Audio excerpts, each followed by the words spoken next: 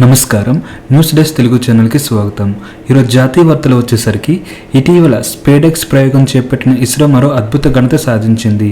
Compact research module for orbital plant studies పేరిట PSLV C60 ర్యాకెట్లో ISRO ఓ పేలోడ్ని అంతరిక్షంలోకి పంపింది. అందులో 8 అలసంద విత్తనాల్ని ఉంచింది.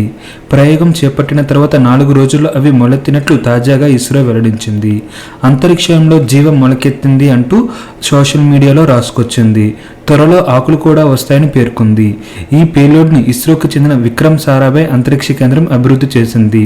అంతరిక్షంలో విత్తనం మొలకెత్తే విధానాన్ని పరీక్షించడంతో పాటు రోదసిలోని వ్యర్థాలని ఒడిసిపెట్టే రోబోటిక్ హస్తం, హరిత చోదక వ్యవస్థ లాంటి వినూత్న ఉపకరణాలని కూడా స్పేడెక్స్ మిషన్ సమయంలో ఇస్రో అంతరిక్షంలోకి పంపింది. అమిటీ విశ్వవిద్యాలయం అభివృద్ధి చేసిన APEMS ద్వారా సూక్ష్మ గురుత్వాకర్షణ వాతావరణంలో పాలకూర వృద్ధిని పరీక్షించనున్నారు. మొక్కలు గురుత్వాకర్షణ, కాంతి దిశను పసిగడుతున్న తీరు గురించి కొత్త అంశాన్ని ఈ ప్రయోగం వెలుగులోకి తీసుకొస్తుందని శాస్త్రవేత్తలు చెబుతున్నారు. ఇస్రోకి చెందిన విక్రమ్ సారాభాయ్ స్పేస్ సెంటర్ రూపొందించిన డెబ్రీ క్యాప్చర్ రోబోటిక్ మ్యానిపులేటర్ కక్షలో శకలాల్ని ఒడిసిపడుతుంది. PSLV C60 ద్వారా జంట స్పేడెక్స్ ఉపగ్రహాలను ఇస్రో ప్రయోగించిన సంగతి తెలిసిందే. అంతరిక్ష కేంద్ర నిర్మాణం సహా భవిష్యత్తులో చేపట్టబోయే పలు రోదసి కార్యక్రమాలకి అవసరమైన డాకింగ్ పరిజ్ఞానాన్ని వీటి ద్వారా పరీక్షించనున్నారు.